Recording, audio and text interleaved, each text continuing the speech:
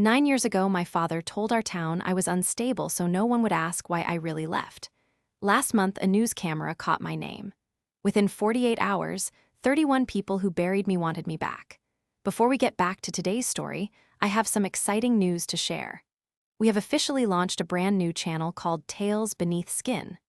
Over there, we are dedicating our platform to bringing you the juiciest, most jaw-dropping Reddit drama stories on the internet.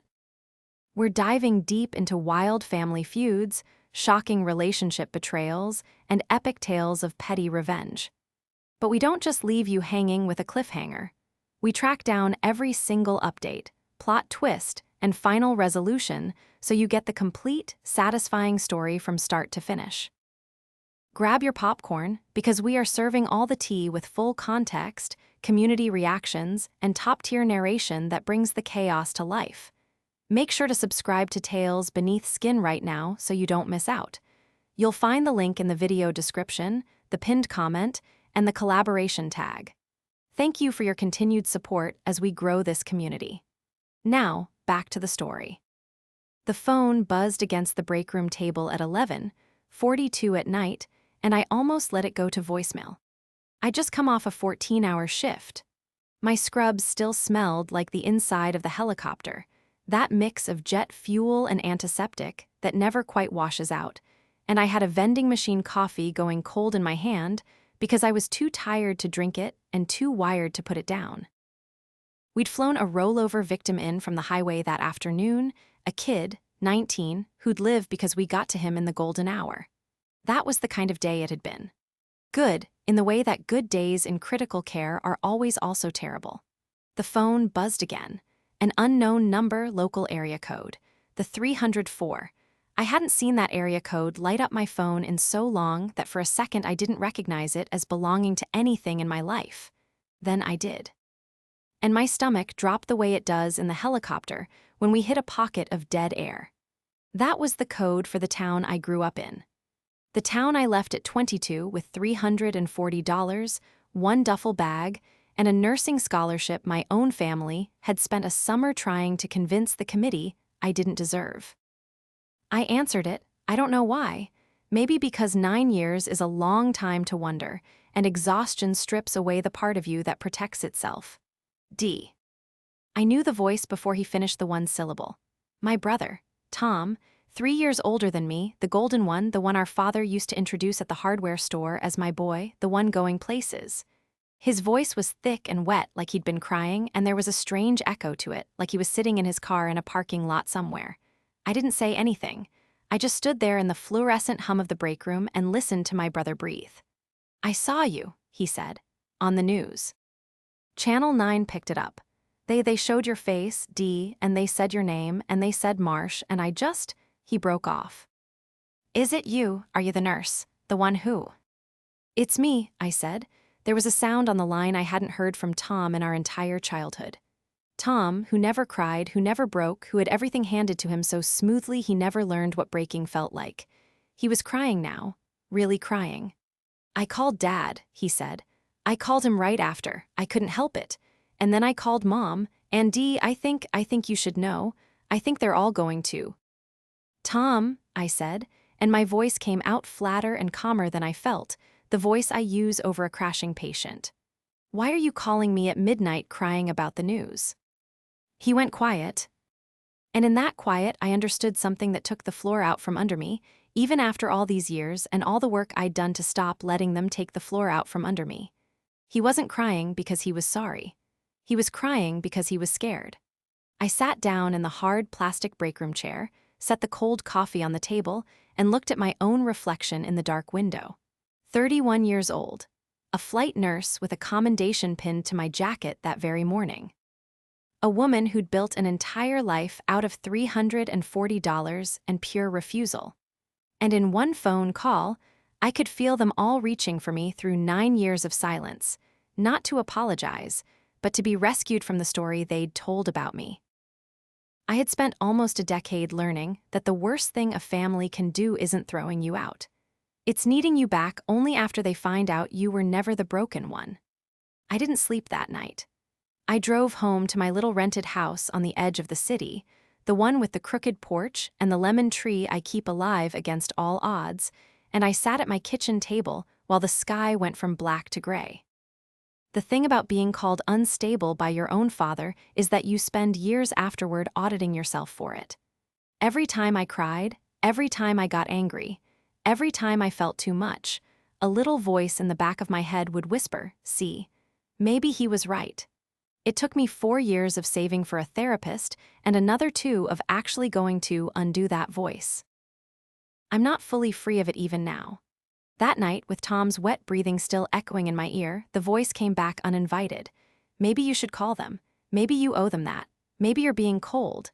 I took out my wallet instead. Behind my license, folded into a square so old the creases had gone soft as cloth, was a receipt. A grocery store receipt from the day I left, dated 9 years ago, with a handwritten note on the back in my own younger, shakier handwriting, $340. "Everything I have. Don't come back to ask for it back." I'd written that to myself, not to them. A promise and a record. $340 was the exact amount in my checking account the morning I drove away. I'd kept the receipt the way some people keep a chip from getting sober, proof of the lowest point, proof of the line I crossed and never crossed back.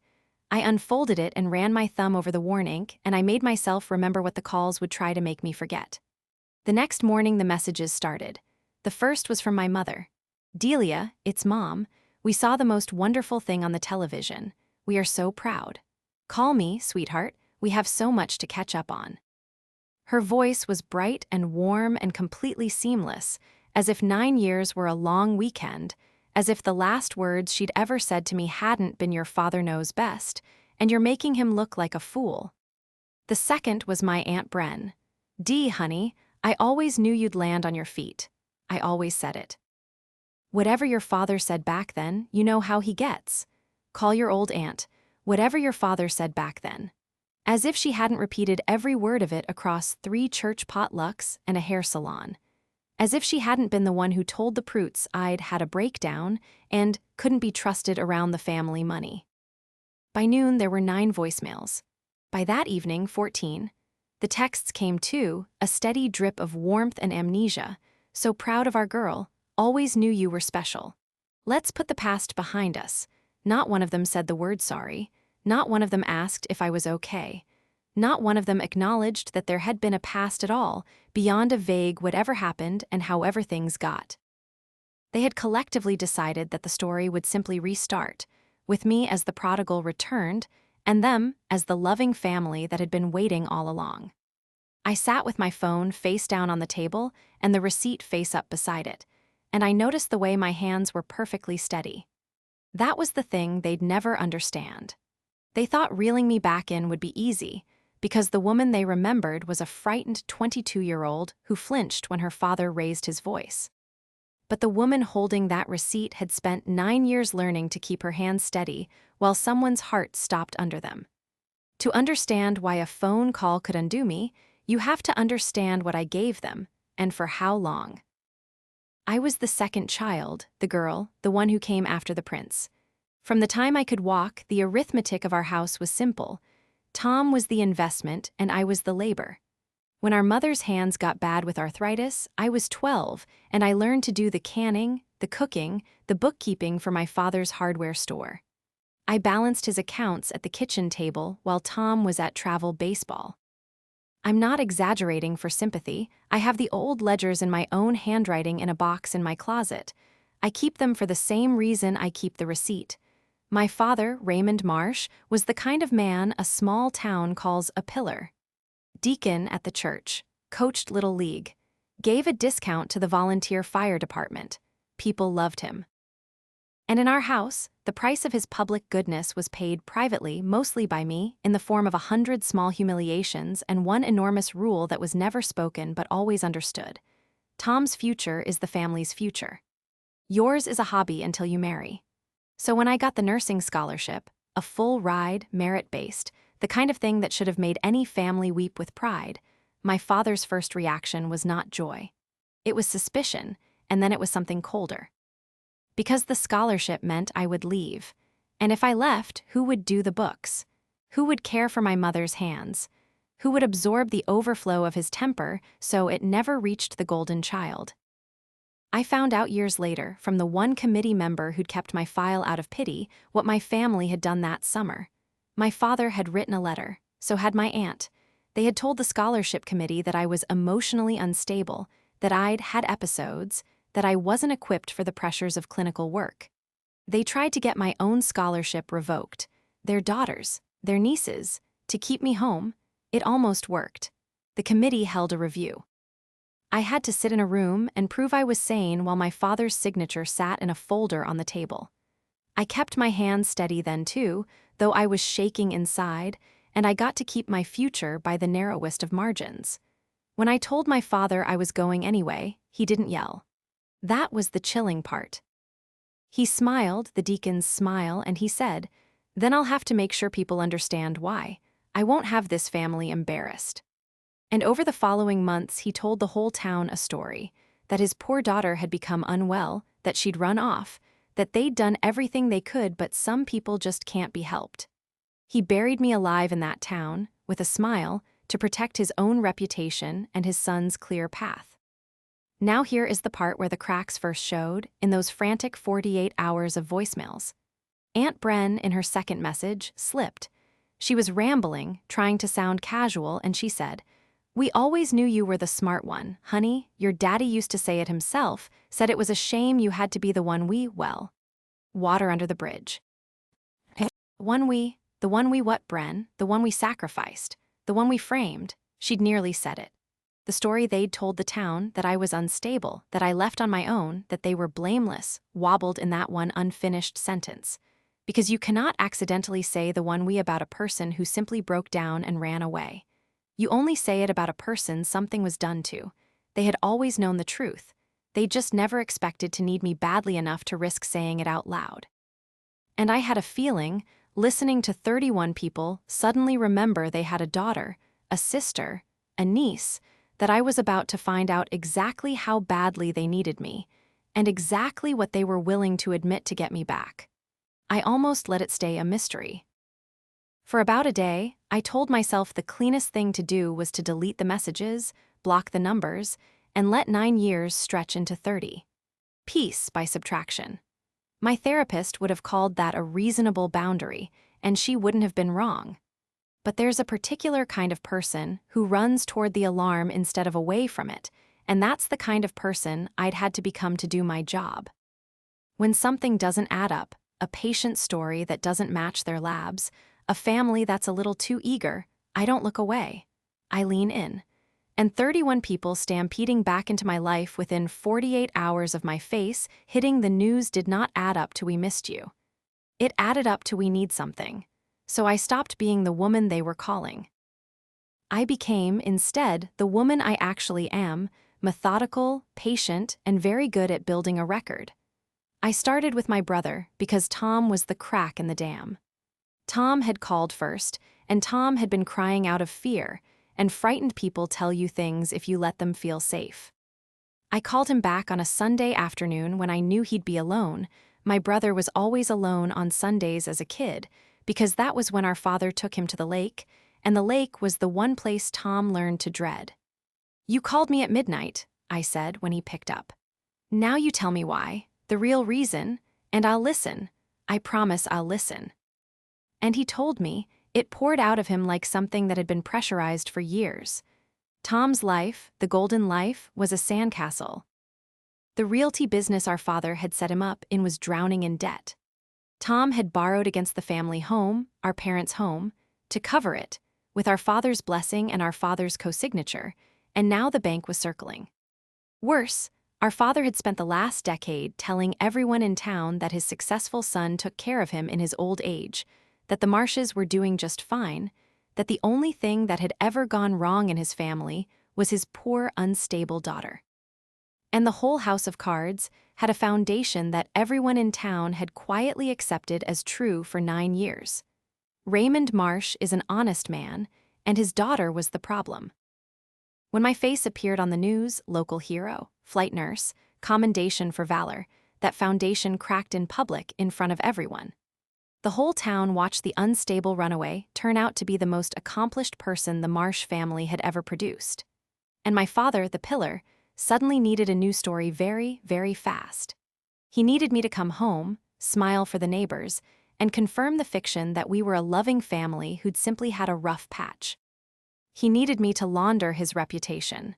And this was the part that made my hands finally tremble. Just for a second, he needed the money. They were hoping the local hero might help her struggling family in their time of need. So my leverage wasn't a secret weapon I had to go find. It was me. It was the reputation they had spent 9 years burying and now desperately needed resurrected and standing in their living room. They had handed me, without realizing it, the one thing that could end them: the power to either confirm their story or tell the truth. But I'm not a person who acts on a brother's tearful phone call. I'm a person who documents, so I did 3 things. I called the scholarship committee member who'd kept my file, a retired woman named Alina who still remembered my name, and I asked her, gently, if those letters still existed. They did. She'd kept copies. My father's letter. My aunt's letter. In their own handwriting, calling a 17-year-old girl unstable to steal her future. I asked Tom to send me the loan documents, framing it as wanting to help, and he did because he was drowning, and drowning people grab any hand. The documents told their own story: my father's signature, his desperation, the home with a lien on it, and I recorded my next call with my mother. In my state, you only need one party's consent to record a call, and that party was me. I called her, I let her talk, and I asked one simple question. Mom, why did Dad write that letter to the scholarship committee? There was a long pause. And then my mother, who had spent 48 hours pretending the past was a pleasant blur, said the truest thing she'd said to me in a decade. Because he was afraid you'd leave us, and he was right to be. I had it all now. The letters, the lien. The recording, not to destroy them, I want to be honest about that. I didn't build the file to burn the house down. I built it because for 9 years I had been the only person carrying the truth alone, and I was done carrying it alone. I wanted it in writing. I wanted witnesses. I just didn't know yet that I'd need all of it sooner than I thought. My father called me himself on the 5th day. He hadn't called yet. That was strategic, I realized later. He'd sent the women and the boy first, my mother, my aunt, my brother, softening me up, surrounding me with warmth, so that by the time the king himself extended his hand, I'd be grateful for it. It was exactly how he'd run our family. Raymond Marsh never made the first move. He made you come to him and call it your own idea. Delia. His voice was the same. Deep, warm, cert. The voice of a man who has never once doubted he is the most reasonable person in any room. I've been letting your mother and your brother have their turn, but I think you and I should talk like adults. All right, I said, let's talk like adults. I saw the news. I want you to know I cried. He let that sit. A father's pride is a powerful thing. Whatever happened between us, you're still my daughter, and I never stopped. What did happen between us, Dad? I said. Say it, in your own words, what happened? I heard him recalibrate. He'd expected tears, gratitude, the old reflex. Well, he said carefully, you were young, you were under a lot of pressure. You needed to find your own way, and we didn't always handle that the way we should have. We've all grown. You wrote a letter, I said, to my scholarship committee, calling me emotionally unstable, trying to get my award revoked so I'd stay home and keep your books. Aunt Bren wrote one too. I've read them, I have copies. So when you say, whatever happened, Dad, I want to be clear that I know exactly what happened, and so do you. The silence on the line was total. For the first time in my life, I had said the unsayable thing out loud, to his face, and not flinched. And then I watched, heard, really, the pillar lash out. You ungrateful little, he caught himself, but the deacon's varnish had cracked, and underneath was the man I remembered. Do you have any idea what I sacrificed for this family? I gave you a roof. I gave you food. And the moment you got something for yourself, you threw it in our faces and ran, and now you want to come back and play the saint on television. I told this town the truth about you because someone had to manage the embarrassment you caused. and you do well to remember who you are before you go spreading lies. There it was. I told this town the truth about you. He just confirmed, in his own words, on a line I was recording, that he deliberately fed the town a story about me. He didn't say the rumors got out of hand. He didn't say people misunderstood. He said I told this town, like the proud author of a thing he'd built. I'm not spreading anything, Dad, I said quietly. I haven't said a word to anyone. You called me. 31 of you called me. I just want to understand why, after 9 years of telling everyone I was crazy, you suddenly want me at your dinner table. He didn't answer that, because the honest answer was because I'm sinking and you're the only thing buoyant enough to save me, and even Raymond Marsh couldn't make that sound like love. Come home for Sunday dinner, he said finally, his voice forcibly gentle again, the salesman returning. Let's do this in person. As a family, you'll see, everyone's changed. All right, I said, I'll come Sunday. I hung up and sat very still. I had not raised my voice once. My coffee was still warm this time. I'd finally learned to drink it. And on the screen of my phone, the recording app showed a clean, complete file, my father, in his own voice, confirming the entire architecture of the lie. I wasn't going to that dinner to reconcile. I was going to give them the one thing they'd never given me. A reckoning where the truth got to sit at the table, too. The week before that Sunday, the family's desperation got louder and uglier and far more revealing. When warmth didn't pull me back fast enough, they switched tactics. My Aunt Bren called my workplace, actually called the hospital's main line, and told a charge nurse she was concerned about Delia's mental health and wanted to make sure I was being supervised. 9 years later, the exact same weapon. She thought she could pick it up off the shelf and use it again because it had worked so flawlessly the first time. It did not work this time. The charge nurse was Joss, who has been my closest friend for 6 years and the nearest thing I have to family. Joss took the call, said, "Ma'am, Delia is one of the most stable people in this building, and I'd think hard about who really needs supervising," and hung up. Then she walked into the break room, sat down across from me, and said, "Honey, they're not done with you. People like this don't stop until somebody makes them." That was the moment I stopped thinking of this as something to survive and started thinking of it as something to resolve. Joss helped me lay it all out on her kitchen table that night, the letters Alina had sent, the loan documents Tom had forwarded, the recordings, the old ledgers in my own 12-year-old handwriting. Spread out like that, it wasn't a wound anymore. It was a case. A complete, irrefutable, documented account of what had actually happened to me and what was happening now. And the case kept growing because the more I looked, the more I found the lie wasn't only aimed at me. Tom called again, quieter this time, and confessed the rest. Our father had been telling people for years that Tom paid for our parents' upkeep, when in truth Raymond had drained Tom's business to prop up the family's image, leaving my brother holding debt that wasn't really his while taking public credit for generosity that was actually theft.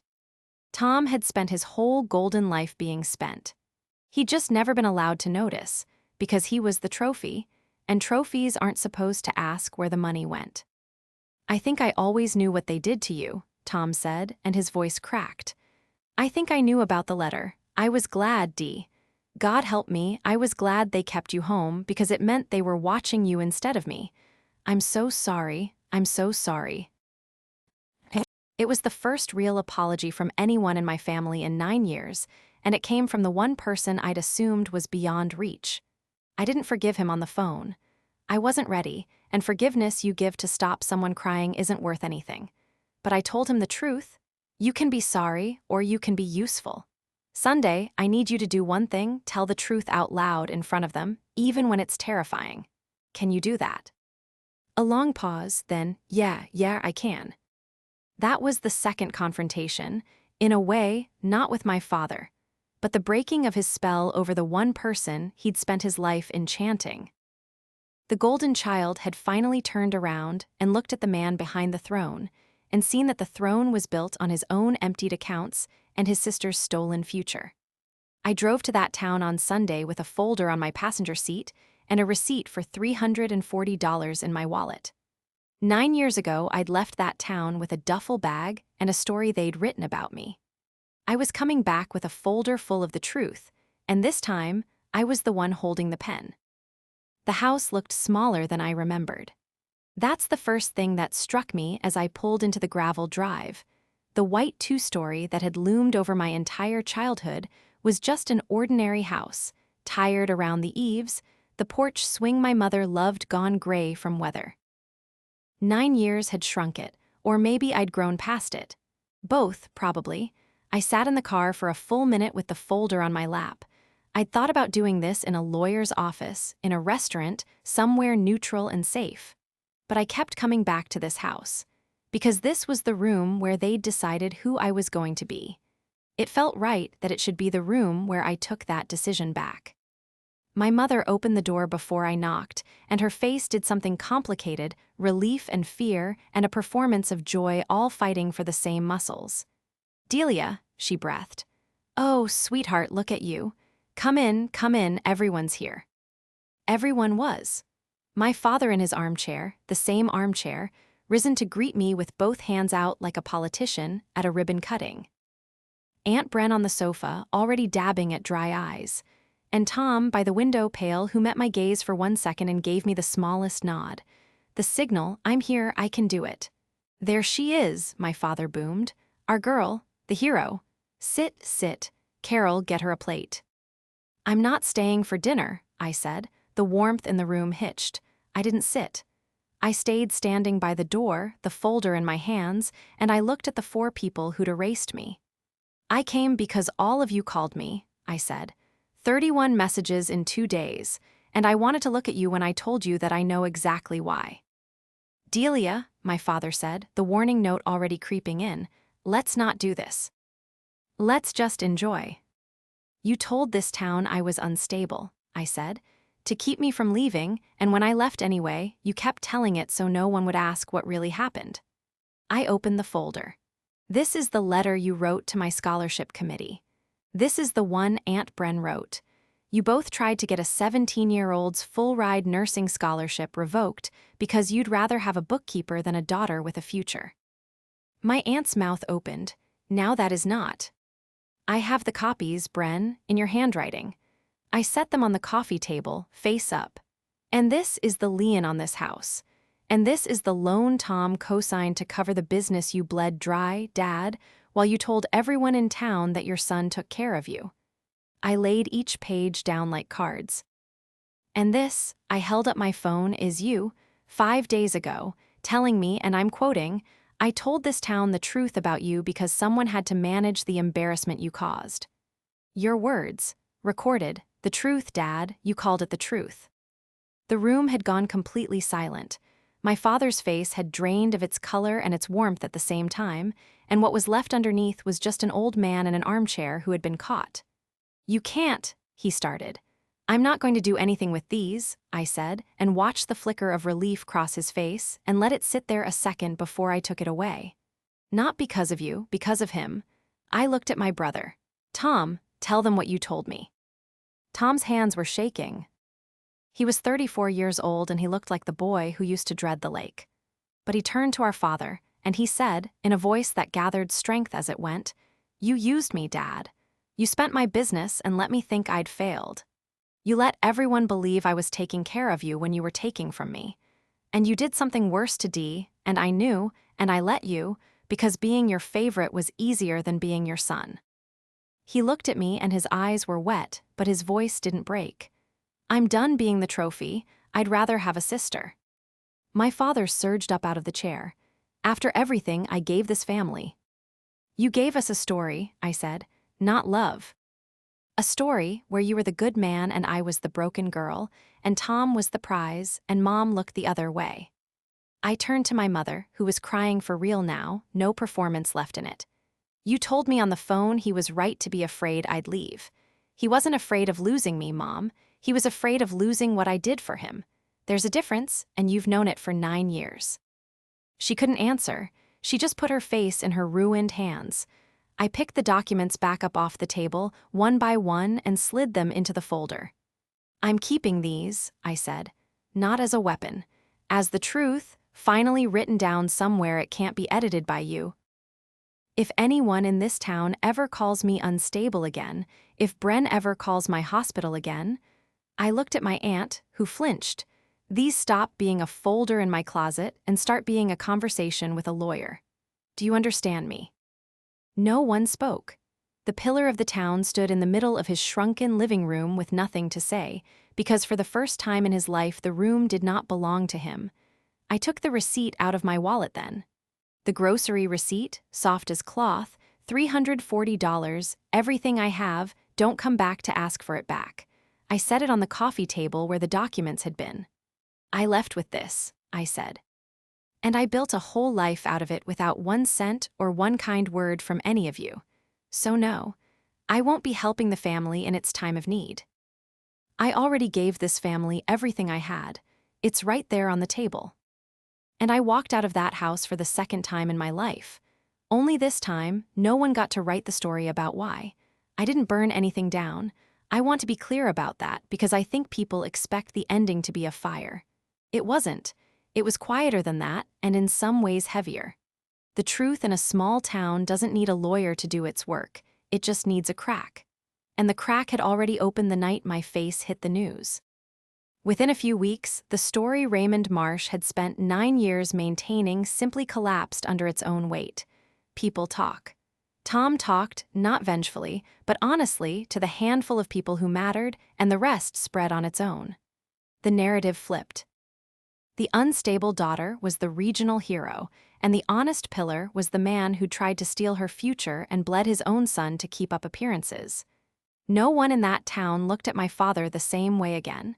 He didn't lose his freedom. He lost the only thing he'd ever truly cared about, the way the town said his name. He stepped down from the church board within the year. People stopped saving him a seat. For a man like that quiet exile was the heaviest sentence I could have wished on him, and I didn't have to lift a finger to impose it. The bank took its course with the lien. My parents had to sell the house, the shrunken white house, and move into something small. I felt no joy in that and no guilt either. They'd built their comfort on a stolen future. The math simply came due. My mother and my aunt drifted out of my life again, this time by my choice rather than theirs, and I made my peace with it. Some bridges you don't rebuild, you just stop pretending you're going to cross them again. I sent my mother one letter telling her I forgave her, not because she'd earned it, but because I refused to carry her any further than I already had. I never heard back. That was all right. Tom is the one who surprised me. We didn't have a sweeping, tearful reunion. Real things rarely come with a soundtrack. What we had was a series of phone calls that got a little easier each time, and then a visit, and then another. He filed for bankruptcy, lost the realty business, and took a job managing a hardware store 2 towns over, which, when he told me, made us both laugh until we cried, because of course it did.